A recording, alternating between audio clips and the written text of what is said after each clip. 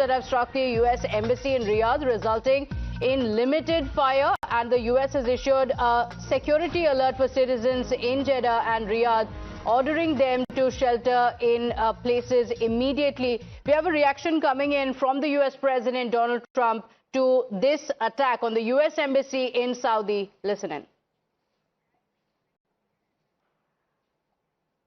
So we're told that the reaction, in his first reaction to the attack on the U.S. Embassy in Riyadh, President Trump told News Nation, an American outlet, that you'll find out soon. That was his response when he was asked about what the retaliation from the U.S. side will be. His only answer was, you'll find out soon. Captain Bansal, what is the U.S. response going to be like? And, taking from what Pathikrit Pen also mentioned, if the U.S. is actually hoping for a Venezuela scenario where someone within the system strikes a deal, is that a possibility at all in a country like Iran? Or are we going to only see IRGC strengthen further and we're going to see a paramilitary state that could take over after this, which makes the exit strategy for the U.S. even harder? See, let me make it very clear. I have been to Iran many times, in fact, twice in the last 6 months. Having been there, I can tell you the regime is extremely unpopular. The population is also pro-America. Let's be very frank. Unlike the Arab street, the Iranian population is pro-America. But when there is an external aggression, people rally around the flag, and that's what's happening. Now, what's going to happen in future is very, very difficult to predict. Because please understand, President Pezeshkian is actually a moderate. And he was actually elected on a moderate agenda. And left to himself, he would have actually transformed the regime himself. But he has never had the freedom to do so. He always had Vilayat-e-Faqih on top of him. And now there is, of course, a triumvirate. And the triumvirate consists of some very hardliners. So if US decides to eliminate only the hardliners and doesn't aggravate the conflict, you may find Pezeshkian consolidating his position, and that may take Iran away from the policies they were pursuing. And that probably US could claim that, yes, we have changed the regime, which they can successfully do. So that's a feasibility. But if US thinks that they can keep pumping up ammunition after ammunition and hope Iran will succumb, that may not happen. Iranians are a proud people. It's a civilizational race. They have the capacity to fight.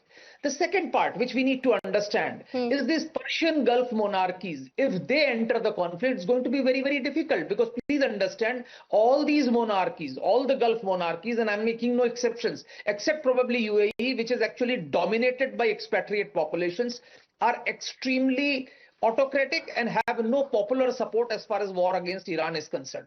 The Arab street, unlike the Iranian street, is fiercely anti-US. So as this conflict continues, and if these countries try to enter conflict, then you may see greater destabilization. The third thing, which is important, is President Trump has yesterday spoken to Iraqi Kurdish leaders. So this is the most significant dimension of this whole conflict. If Kurds enter the arena and Kurds try to liberate a region in Iran, this will be a game changer, because Israel for a very long period has been wanting a sovereign Kurdish state in this part, which will be pro-Israel, pro-West, and a secular entity. And if that happens, it will be a game changer, because you have substantive Kurdish population in Syria, Iraq, Turkey. Now, that will be a red flag as far as Turkey is concerned. So I really don't know how US will manage. But as far as Israel is concerned, a Kurdish state in Iran is probably the best option that they are hoping for. Okay, all right. We have more breaking updates coming in. Amid the ongoing war in West Asia, we have Marco Rubio, who has warned that the hardest hits are still ahead, saying the next phase will be more punishing and that the United States will stay as long as it takes, clarifying that regime change is not on Washington's agenda, asserting the objective is to destroy the ballistic missile capability of Iran. So the United States has made it clear that this is going to continue further. Marco Rubio now going on to say that there is more to come. The hardest hits are still ahead, he goes on to say, regime change is not what the US is looking for. What the US is actually looking for is for the ballistic missiles capability of Iran to be destroyed completely. The United States is conducting an operation to eliminate the threat of Iran's short-range ballistic missiles and the threat posed by their Navy, particularly to naval assets. That is what it is focused on doing right now, and it's doing quite successfully. The objectives of this operation are to destroy their ballistic missile capability and make sure they can't rebuild it, and make sure that they can't hide behind that to have a nuclear program. That's the objective of the mission. So, Ms. Wong, the Trump administration's actions very clearly have challenged the very idea of a rules-based order, and you're seeing reactions coming in from multiple countries. We don't know what could happen next, but now Marco Rubio is well saying that regime change is not on the U.S. agenda. But you had, while protests were taking place in Iran, Trump going on to say that we are with you, that help is coming. Now the U.S. says regime change is not Washington's agenda. We are looking at destroying the ballistic missile capability of Iran. Yes, and regime change is exactly what we want, but they can't use those words. See, here's the thing. Let's look back in Venezuela. They could not say then that they wanted regime change in Venezuela. They had to use drug trafficking and narco-terrorism as the cause to go in and remove Maduro. Same thing is happening here. We can't say those words, regime change. You know why? That's going to trigger a response in Congress. Here's where Trump is drawing the fine line. Trump will say whatever he wants. He's Donald Trump. Words will come out of his mouth. You see Pete Hegseth and Marco Rubio coming to do the cleanup job afterwards, and I think that's what's happening here. They can't use the word war because you need congressional approval to go into war.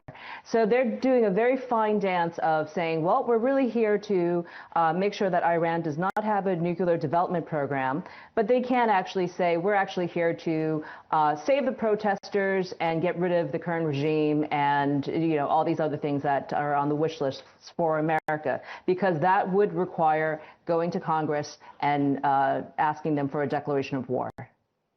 Okay, we have more breaking updates now coming in. Let's get our viewers some updates coming in on Iraqi resistance group also saying that it carried out drone attacks on a hotel housing U.S. troops. So we have more updates coming in, and Iraqi troops now also saying, the Iraqi resistance group saying that they carried out drone attacks on a hotel housing U.S. troops in Erbil. That's the update now coming in. And very clearly, Pathikrit, on the axis of resistance, the questions being raised on whether they even exist anymore, including Hezbollah as well, whether they can actually change the course of the war. These questions continue. But Iran and its response have shown very clearly that it's not going to stop anytime soon. We have more updates coming in on how the U.S. officials, U.S. citizens all continue to be the targets. Well, when you talk about Hezbollah and Hamas, they may be down, severely down, but they're not entirely out. So they will keep on doing some of the other things, but that will not change the trajectory of the war entirely. But however, what is important to understand is that just like the Iran regime is now trying to choke off the Strait of Hormuz, the Bab el-Mandab, that Strait